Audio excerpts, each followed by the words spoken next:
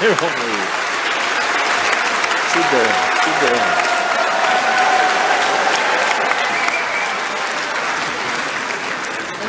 Dennis Skinner, ex officio, sitting with the National Executive, but I don't know how to get away with it. This is a tremendous conference, and it's been a tremendous year. And it's mainly because of the election of our new leader, Jeremy Corbyn, and all the people that represented on the front bench.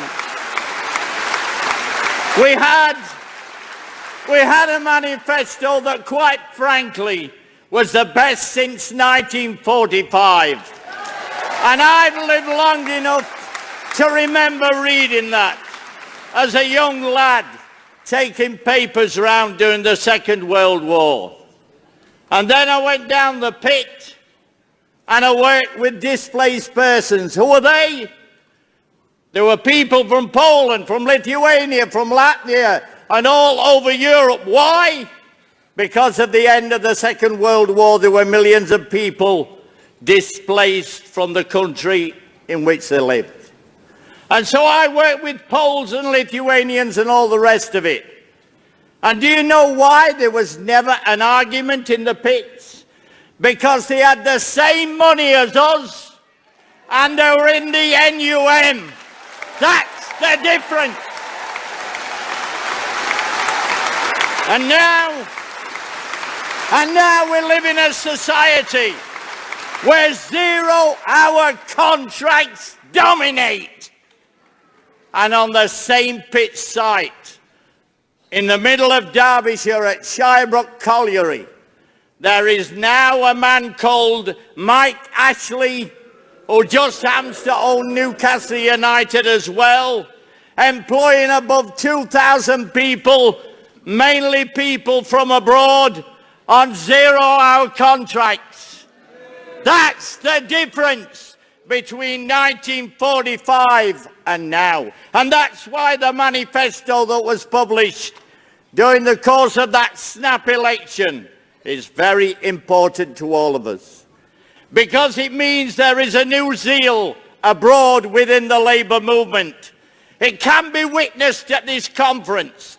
The place was full on a Sunday. That never used to happen, even in those days of Tony Blair and all the rest of it. The party is alive and well and kicking.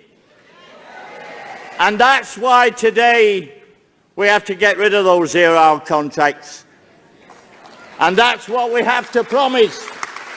And if anybody says to you, where's the money coming from, I'll tell you. They used to ask Nye Bevan that when he was building a National Health Service and building all those council houses and getting rid of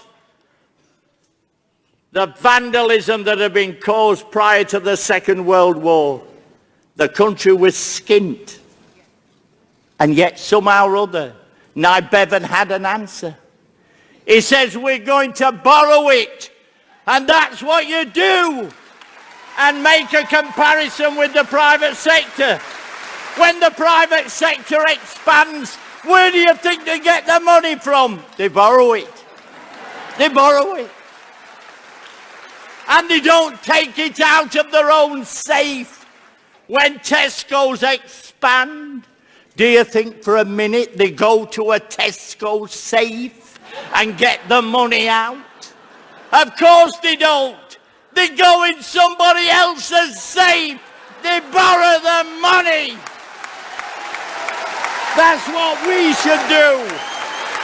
That's the answer to all those people that stick a camera in your face every day of the week as you enter this building.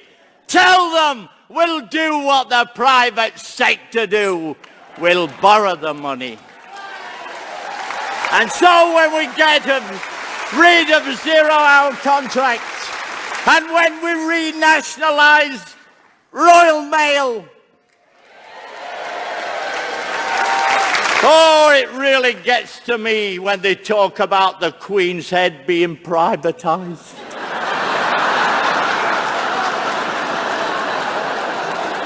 That's where the money comes from. That's what we did in 1945. We built a National Health Service and we introduced industrial injury benefit for all those workers. We brought in free education from the cradle to the grave.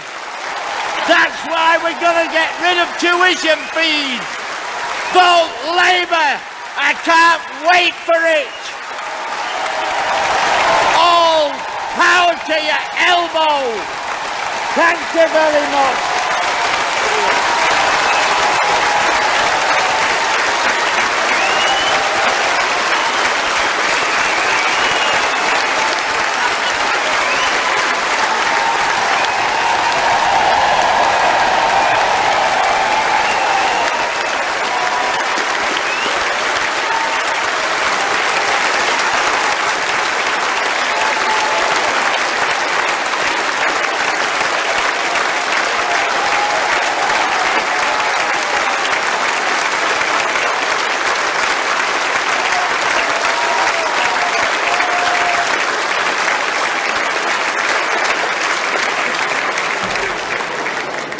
Give it up.